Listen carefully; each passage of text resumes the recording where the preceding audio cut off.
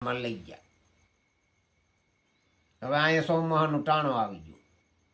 બાઈ માણા એના ઘરવાળાને ફોન કરે એ કે પૈસો કાંઈ નહીં, તમે જેલમાં છો, આપણે પીપરવાળું ખેતર છે એ ખેડવાનું છે, વાવવાનું છે, એનું શું કરવું? કે અત્યારે વાળુનો સમય છે, આજુબાજુમાં કોઈ બેઠા? તો કે 4-5 જણા તો વાંદડા બેઠા. એ કે તો ફોન વધારી દે જરી. ફોન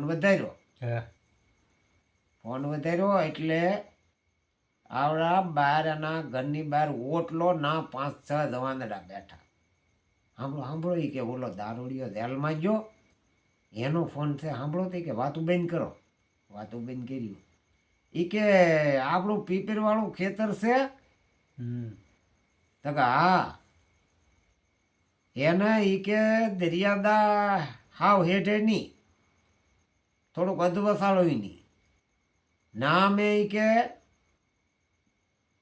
ઘરેણા દાંટેલા છે. એ કે ગોળી છે ઘરેણાની.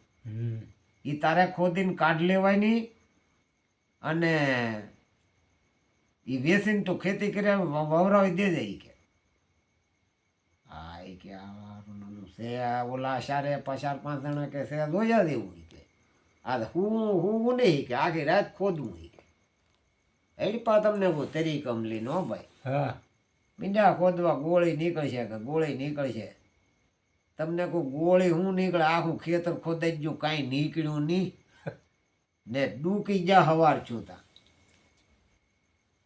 પાછો ઓલે હવાર ફોન કર્યો, કાંઈ કે તું ખેતર આંટો મારી આવજે. તો હાથી વાંધો નહીં. ખેતર આંટો મારીને આવી. ઓલી બેને પાછો ઘરવાળાને ફોન કર્યો, ખેતર તો આખું ખોદાઈ ગયું. એ કે તો ખોદાઈ ગયું? તો કે હા. તો કે હવે ગમે ની પે ભવરાવી દે દે. ખેડાય તો જો ને. તો કે હા બોલ. જરનાથ દાદાની